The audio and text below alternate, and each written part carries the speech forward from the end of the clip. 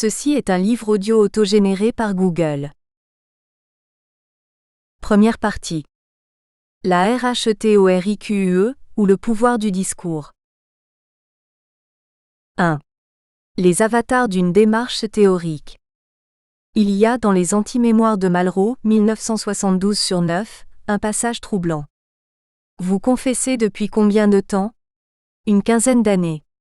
Qu'est-ce que la confession vous a enseigné des hommes ? Vous savez, la confession n'apprend rien, parce que dès que l'on confesse on est un autre, il y a la grâce. Et pourtant. D'abord, les gens sont beaucoup plus malheureux qu'on ne croit, et puis, il leva ses bras de bûcheron dans la nuit pleine d'étoiles, et puis le fond de tout c'est qu'il n'y a pas de grandes personnes. Nous restons, semble-t-il, toujours dans l'état où nous étions au début de notre existence, malgré le passage du temps. Nous cherchons essentiellement à recréer des liens avec les choses qui dès le commencement nous ont marqués. Chez l'homme, le donné ludique et primordial est présent dès la naissance. C'est vers lui que nous nous dirigeons, c'est à lui que nous revenons, découvrant de nouveaux jeux, restructurant et réinventant de nouvelles règles pour les anciens. Comme on l'affirme depuis Saussure, le langage est l'un des jeux les plus subtils que l'homme ait inventé. En marge de ce jeu se produit l'un des actes fondamentaux de l'être, la relation avec l'altérité. En effet, il y a en nous un besoin ancestral d'entrer en relation avec l'autre. Notre propre expérience ne nous suffit pas, elle est unilatérale et étroite. Il nous faut d'autres expériences que nous assumons comme si elles nous étaient propres et sur lesquelles nous pouvons fonder nos actions. L'individu ne saurait être le dépositaire de toutes les expériences possibles, mais l'humanité, elle, le peut, elle s'approche de cet idéal. Dans cette perspective, le langage est le moyen le plus efficace pour capter une partie de l'expérience de l'autre. Ainsi, Heidegger affirme que la langue, le discours, la pensée constituent tous ensemble la manière d'être de l'homme, où celui-ci relève pour soi-même et pour les autres le monde et son propre existant humain. De même, Hölderlin souligne que le langage, la plus dangereuse de toutes les joies, a été donné à l'homme, pour qu'il témoigne de ce qu'il est. C'est sans doute ce sentiment, mélange de crainte et de curiosité à l'égard des mots, qui nous a incités, dès l'Antiquité grecque et latine, à développer l'art de l'éloquence comme mesure de la sagesse et de la liberté d'esprit d'un peuple.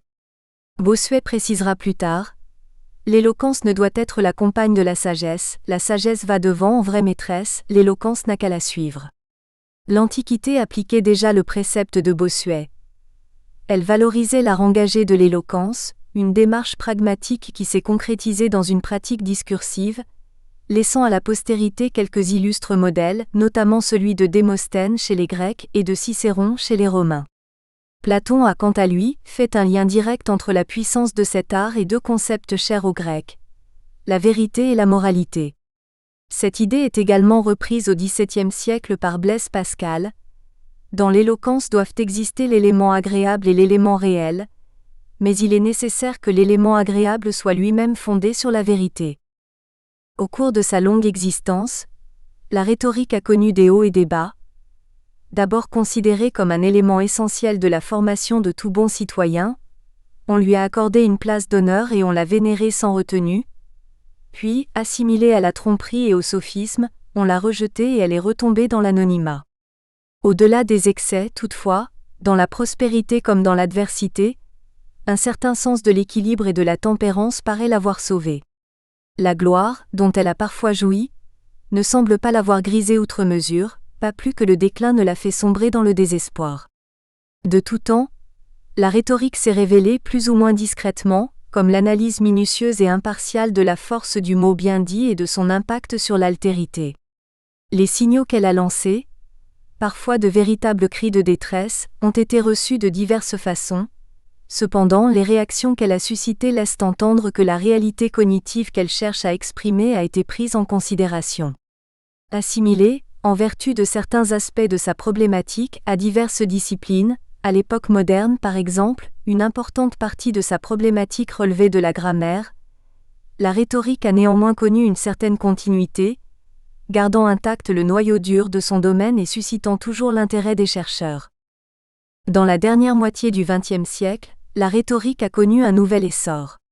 Ce regain d'intérêt est dû à l'ampleur des recherches dans le domaine de la sémiotique textuelle, à l'affirmation du courant postmoderne et à l'élargissement significatif du concept de rationalité. Ces facteurs ont préparé le terrain à un débat fertile autour du problème de la performance discursive. Les aspects plus traditionnels des nouvelles acquisitions ont été reconfirmés accent aigu S et la recherche sur le discours a connu un second souffle. Le parcours sinueux de la rhétorique, de l'agonie à l'extase et de l'extase à l'agonie, rend compte de la difficulté que rencontre cette discipline pour circonscrire son objet. Considéré par Cicéron comme le plus noble des arts, celui ayant le pouvoir de porter les peuples libres à l'épanouissement, la rhétorique, fondée en partie sur les notions de liberté d'esprit et de disponibilité idéatique, s'est vue plusieurs fois répudiée. Assimilée à l'art de la tromperie et de la dissimulation pendant l'Antiquité, considérée comme une manœuvre insidieuse destinée à profiter de la bonne foi des auditeurs, la rhétorique était alors jugée contraire aux règles de la moralité. À l'époque moderne, elle fut une fois de plus mise de côté parce qu'elle ne répondait pas à l'idéal scientifique dominant, celui du discours de la méthode. Le critère de moralité des anciens a finalement trouvé un écho dans les raisons d'ordre épistémologique conduisant aux résultats que l'on connaît. L'éradication de la rhétorique du spectre des arts libéraux dont la vocation était de contribuer à l'enrichissement spirituel de l'homme. Pourtant, du sommet de la gloire aux abîmes de l'anonymat, l'art de l'éloquence a résisté. Au-delà des vicissitudes, il s'agitait sous le voile de silence dont on avait couvert son visage. Au cours des âges, il a continué d'émettre ses signaux et de rappeler à l'esprit scientifique le pouvoir de séduction du mot bien dit, la force mystérieuse de la parole significative et fondamentale qui, dès qu'on l'ignore, prive l'esprit humain d'une de ses dimensions essentielles, sa relation avec l'altérité. En tant qu'instrument de vérité, une vérité d'autant mieux mise en valeur par la séduisante et trompeuse illusion que donne un discours bien construit, la rhétorique capte de plus en plus l'intérêt général en ces temps où l'esprit est tout entier préoccupé par la nature des vérités qu'il côtoie et les voies qui les véhiculent, par l'altération des canaux de transmission et enfin, par la découverte des types d'erreurs que nous évite un discours structuré selon les règles. Contrairement aux autres domaines de la connaissance humaine, la rhétorique renvoie à la vérité et aux erreurs d'ordre pratique. Or, cette pratique discursive laisse trop souvent dans l'ombre les recherches d'ordre théorique. La rhétorique, pourrait-on dire, a connu plusieurs morts dont elle a su renaître. Chacune de ces renaissances a suscité un nouvel intérêt pour la recherche, un retour sur les acquisitions classiques visant à distinguer les éléments qui lui appartiennent de façon permanente de ceux qui lui sont attribués par intermittence. La beauté, la force d'attraction et la vitalité de la démarche rhétorique sont conditionnées, d'un côté, par son retour perpétuel dans l'actualité et de l'autre, par une attitude critique qui remet en cause les principes mêmes sur lesquels elle se fonde. Cet aspect de l'évolution de la rhétorique pourrait d'ailleurs faire l'objet d'intéressantes études épistémologiques. Son sinueux parcours a sans doute inspiré Svetan Todorov pour le titre d'un des chapitres de son ouvrage sur le symbole, Splendeur et misère de la rhétorique. Mis à part les quelques sursauts provoqués par l'art de persuader de Blaise Pascal, la rhétorique a traversé les siècles de l'époque moderne en état de sommeil dogmatique. Ce sommeil fut brutalement interrompu par l'éveil de l'esprit moderne à la question suivante. Comment l'humanité a-t-elle pu, pendant des siècles, s'intéresser au raisonnement fondé sur l'anolaïcité tel qu'enseigné dans les analytiques du Stagirite, et mettre de côté des raisonnements qui, bien qu'échappant au lit de Procuste de l'anolaïcité, sont néanmoins présents dans les actes discursifs spontanés qui concrétisent la pensée? En marge de cette question se profile toute la problématique d'un ouvrage qui marque le domaine de la rhétorique depuis la seconde moitié de notre siècle, la Nouvelle Rhétorique. Traité de l'argumentation. Dans cet ouvrage, les auteurs Perelman et Olbrecht Titeka révèlent les techniques d'ordre argumentatif et rhétorique qui assurent l'adhésion des esprits aux thèses qu'on leur présente. Certes, le traité de l'argumentation n'est pas le seul ouvrage à avoir influencé de façon significative les débats contemporains dans le domaine de la rhétorique. Il fournit toutefois la plus éloquente réponse à la question posée par les modernes. C'est de l'esprit de ce traité que la rhétorique contemporaine tire ses origines. Elle se déploie aujourd'hui en de multiples directions, de la rhétorique argumentative, Perelman, Toulmin, Gries, Burke, Guttert, à la RHE accent aigu totique métaphysique, Derrida, Ricoeur, en passant par la rhétorique textuelle, Barthes, Genette, Eco et jusqu'à ce que certains exégètes appellent la rhétorique poétique, le groupe Mu de Liège, Cohen. 2. L'identité de la rhétorique. Ce chapitre tente de répondre à la question suivante. Qu'est-ce qui caractérise le champ de la rhétorique ? Quels sont les éléments qui permettent de circonscrire de façon adéquate le domaine de recherche de cette approche théorique ? 2.1. Oralité et l'écriture. Dans un premier temps, nous considérerons la rhétorique comme une méthode spécifique d'analyse du discours. Cette détermination, toute approximative, est sujette à plusieurs critiques. On peut objecter par exemple qu'un tel point de vue sur la rhétorique était connu, à la terminologie près, dès la période classique.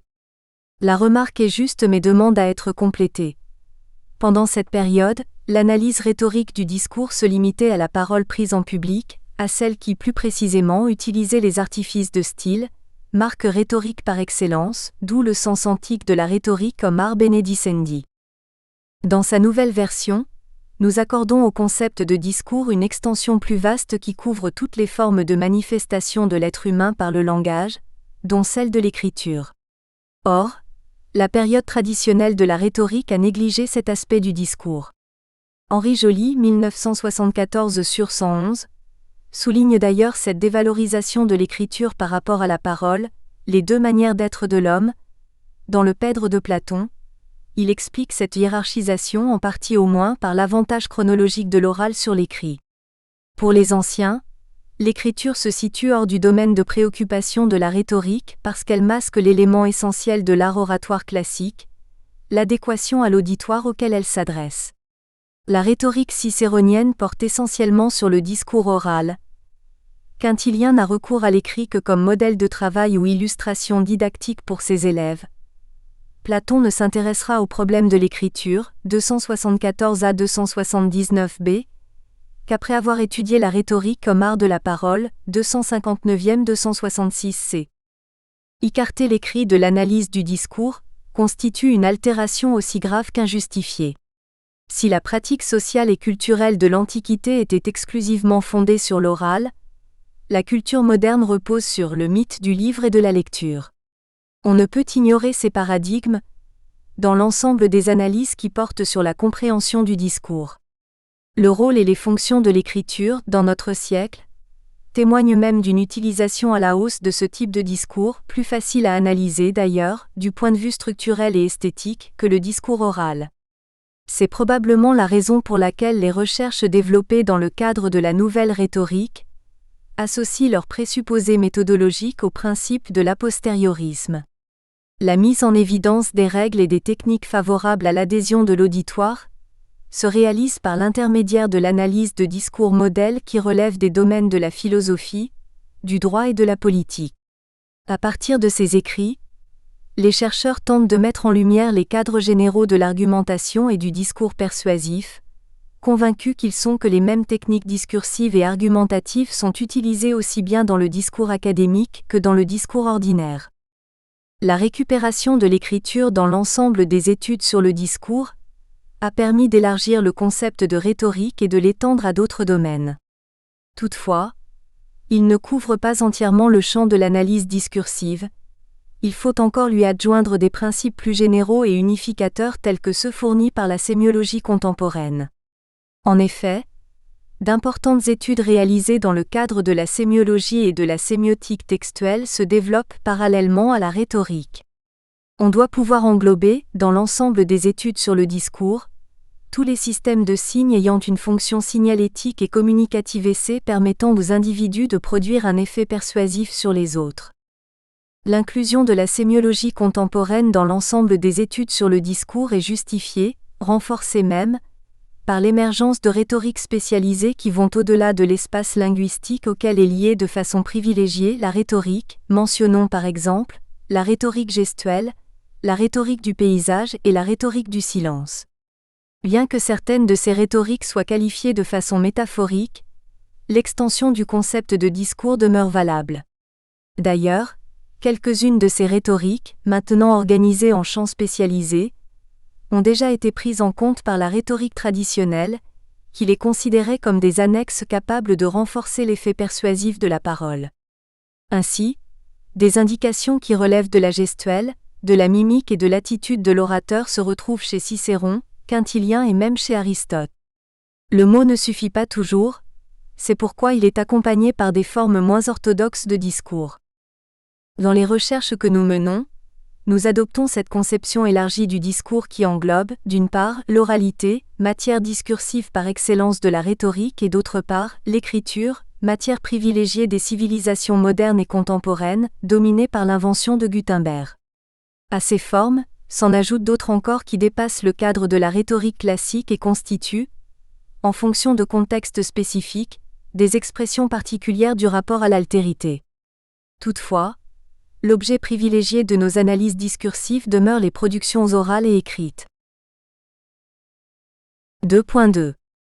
L'idée de performance discursive. Il ne revient pas à la rhétorique de fournir l'ensemble des moyens permettant d'analyser un discours. Si c'était le cas, la rhétorique entrerait en concurrence avec d'autres disciplines reconnues comme la linguistique ou la sémiologie. D'où cette nouvelle définition. La rhétorique est la théorie de la performance discursive. Une telle affirmation dans un domaine où, il y a 2 millénaires, circulaient les conceptions les plus divergentes, doit être abordée avec circonspection. Par performance, nous entendons l'impact que produit une intervention discursive sur son auditoire ainsi que le résultat obtenu au terme de cette intervention. Cette interprétation de la performance discursive renvoie dans une certaine mesure à un autre concept, celui de force perlocutoire, proposé par Austin, 1962-1970, dans ses travaux sur les actes de langage. Il y a une intention déclarée, de la part de l'intervenant du moins. Pour toute intervention discursive, la concrétisation de cette intention renvoie à sa performance discursive. Or, une intervention discursive peut atteindre son but de façon totale ou partielle, elle se caractérise donc par des degrés divers de performance. Le terme de performance discursive que nous retenons comme indice de la présence du caractère rhétorique s'inscrit dans la suite d'autres termes comme action, changement et efficacité qui fondent la typologie de Morris sur le discours. Cette typologie se limite, à notre avis, au résultat de l'action. Nous retrouvons alors la pensée aristotélicienne. Pour fonder sa tripartition des genres discursifs dans la rhétorique, Aristote 1870, I2, Bêta 16, prend comme critère l'action dans laquelle s'intègre chacun des types de discours. En fonction de l'interprétation que nous proposons ici, le discours rhétorique est donc un discours de l'ordre du faire par l'intermédiaire du dire, un genre discursif qui nous situe dans le cadre de l'acte. Il existe donc un écart entre notre propre hypothèse et les interprétations classiques de l'éloquence discursive. Dans la conception traditionnelle, un discours orné relevait nécessairement du domaine de la rhétorique, même si son effet sur l'auditoire était peu significatif. Dans notre conception, la performance discursive est liée à l'effet produit par un certain discours sur l'auditoire plutôt qu'à un critère de séduction. Considérer la performance discursive comme marque de la rhétorique soulève certaines critiques. Un premier reproche renvoie au fait que l'aspect performatif du discours a déjà été observé par les anciens qui considéraient la rhétorique comme l'art de persuader par le discours. Reboul 1990/6. Or, la persuasion est pour eux un acte par lequel on incite l'autre à une certaine croyance. On provoque chez lui un effet dont le résultat dépend de la performance d'une intervention discursive. Ce premier reproche est fondé. Il tient au fait que la rhétorique ancienne portait sur un discours oral prononcé devant un public qui manifestait des réactions immédiates, la confirmation ou la réfutation des idées de l'orateur. À cette époque, les résultats de l'intervention discursive étaient obtenus par le recours à certaines modalités de mise en forme où les figures de style jouaient un rôle important. Notre conception de la performance discursive va au-delà de ce que la tradition entend par l'art de persuader. Elle rejoint toutes les dimensions de la personnalité de l'auditeur. La dimension cognitive, la dimension actionnelle, la dimension comportementale, la dimension affective. Quand l'auditeur comprend l'explication qui lui est soumise par voie d'intervention discursive, alors le discours peut être qualifié de performatif parce qu'il produit un changement de nature cognitive chez son récepteur. Si l'on fait valoir à un auditeur la nécessité d'une action et qu'à la suite de l'argumentation, l'auditeur accomplit cette même action, alors l'intervention de nature actionnelle produite sur lui aura été efficace. Dans de telles situations, la mise en forme du discours, l'ornement de l'intervention discursive, compte pour peu. Dans d'autres situations, celles qui par exemple, portent plus spécifiquement sur la dimension affective de l'auditeur, on obtient de meilleurs résultats si l'on soigne la mise en forme du discours. Par rapport à la tradition classique, cette nouvelle conception de la performance discursive élargit de façon significative la notion de rhétorique et par conséquent son domaine de recherche. Toutefois, l'élargissement du concept n'est pas le seul facteur qui contribue à la valorisation de la rhétorique depuis les dernières décennies. L'apport d'autres disciplines, leurs recherches, leurs orientations, lui ont également permis de se régénérer. 2.3. La diversité des mécanismes de la performance discursive. Même en tant que théorie de la performance discursive, la rhétorique contemporaine ne constitue pas un cadre d'analyse complet et uniforme. Son développement sinueux rappelle ses origines multiples et l'hétérogénéité de ses composantes. Les principes sur lesquels elle se fonde, ses méthodes de recherche ainsi que les résultats auxquels elle conduit sont la plupart du temps assez différents. La référence à certains auteurs n'assure pas même le maintien de la recherche dans les limites de ses sources. De nos jours, les études théoriques sur la rhétorique se distinguent de celles de l'Antiquité par leur conception plus vaste et plus globale du discours, une conception qui met en valeur les résultats les plus probants de l'ensemble des sciences du langage. Un bref tour d'horizon de la rhétorique contemporaine suffit pour faire ressortir l'étonnante diversité de ses visées théoriques, lesquelles sont intimement liées à la non moins grande variété des mécanismes qui relèvent de la performance discursive. L'impact sur l'auditoire ne peut pas se mesurer uniquement à partir des modalités de mise en forme de l'intervention. Le caractère de recevabilité d'une intervention discursive tient non seulement à l'impression qu'elle laisse sur l'auditoire, mais également à des éléments d'ordre rationnel, notamment sa structure interne et la force des idées qu'elle exprime. Ainsi, la rhétorique moderne s'appuie sur une multitude de mécanismes liés à la performance discursive et les traits dominants qui caractérisent chacun d'eux permettent de les répartir en 4 champs principaux. La rhétorique argumentative, la rhétorique textuelle, la rhétorique métaphysique et la rhétorique poétique. La performance discursive peut d'abord être obtenue par le recours à des mécanismes d'ordre rationnel. Lorsque par exemple, sous l'influence d'une intervention discursive, un énoncé est admis comme étant vrai, la transformation doit être interprétée comme le résultat de l'application à cet énoncé de principes qui fondent la vérité d'autres propositions. Or, puisque la vérité implique nécessairement la vérité, il faut en conclure que certains mécanismes d'ordre rationnel président à la réussite de l'intervention discursive qui vise à convaincre l'auditoire de la valeur de vérité de l'énoncé. Une classe entière de structures discursives relève des mécanismes qui portent sur la rationalité intellectuelle. Les rhétoriques cognitives, les théories et les modèles de l'argumentation, si souvent évoqués de nos jours, réunissent les analyses qui traitent de ce type de structure. Celle-ci constitue l'objet privilégié de la rhétorique argumentative, dont les principaux représentants sont Perelman, Grise, Toulmin, Guttert et Burke. Notons que si ces mécanismes sont dominants dans certaines interventions discursives, ils ne sont toutefois pas exclusifs. En effet, d'autres mécanismes considérés comme secondaires contribuent également à la réalisation de la visée discursive. La performance discursive peut aussi prendre comme base les mécanismes de la textualité. Ceci renvoie à la manière dont s'articule la structure discursive, la superposition et la continuité des plans, la construction du discours par rapport à l'intention de l'intervenant et aux attentes de l'auditoire. Il va de soi que ces mécanismes interviennent le plus souvent dans les structures discursives d'une certaine ampleur, engageant différents genres discursifs, récit, dialogue ou description. Ainsi, certains types de discours impressionnent et séduisent l'auditoire par leur construction. Un roman de Victor Hugo par exemple, ou de Dostoïevski. Les mécanismes d'ordre rationnel sont alors moins en cause que ceux qui portent sur la manière dont l'auteur développe les événements et décrit le mouvement des états psychologiques. Le trait dominant de ces mécanismes est lié à l'architecture textuelle, soit la structure en fonction de laquelle se produisent et se découvrent les faits, les passions, les intrigues et les drames de la vie. Relevant principalement de la théorie de la littérature, ces mécanismes constituent l'objet d'études de la rhétorique textuelle dont les représentants les plus connus sont Barthes, Genette, Solers, Greimas, Todorov et Eco. Il existe également plusieurs situations où la performance discursive s'obtient par des mécanismes de l'ordre idéatique. Ce sont les cas où l'intervention discursive n'impressionne ni par la perfection de sa logique, ni par l'architecture de sa construction, mais plutôt par la force des idées qu'elle exprime. Un certain pouvoir de séduction peut être attaché, soit à la profondeur de l'idée émise par l'orateur, soit au caractère inattendu ou insolite de son association avec d'autres idées, soit encore à sa présence à un moment ou dans un lieu contraire aux attentes de l'auditoire.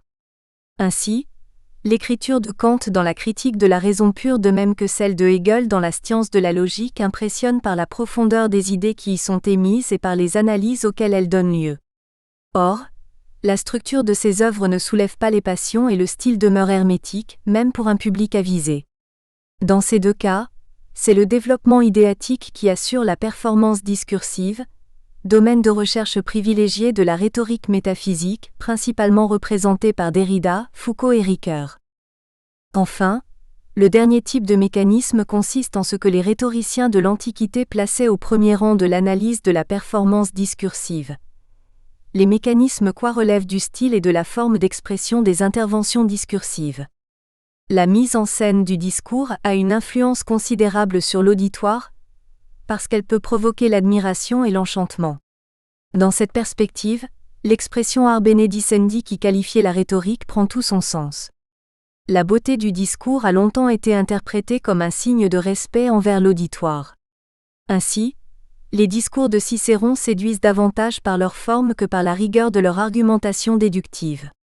Dans ces textes, c'est le style même de Cicéron qui permet d'identifier Catilina comme l'incarnation du mal dans l'Empire. Comme le soulignait Gustave Le Bon, les mécanismes discursifs qui renvoient au style et à l'expressivité ont un impact plus direct et produisent un effet plus marqué sur l'auditoire que la logique, parce qu'ils sont plus facilement accessibles. Ces mécanismes font l'objet de la rhétorique poétique. Ils ressortissent au domaine de la stylistique et intéressent particulièrement les chercheurs associés au groupe MU.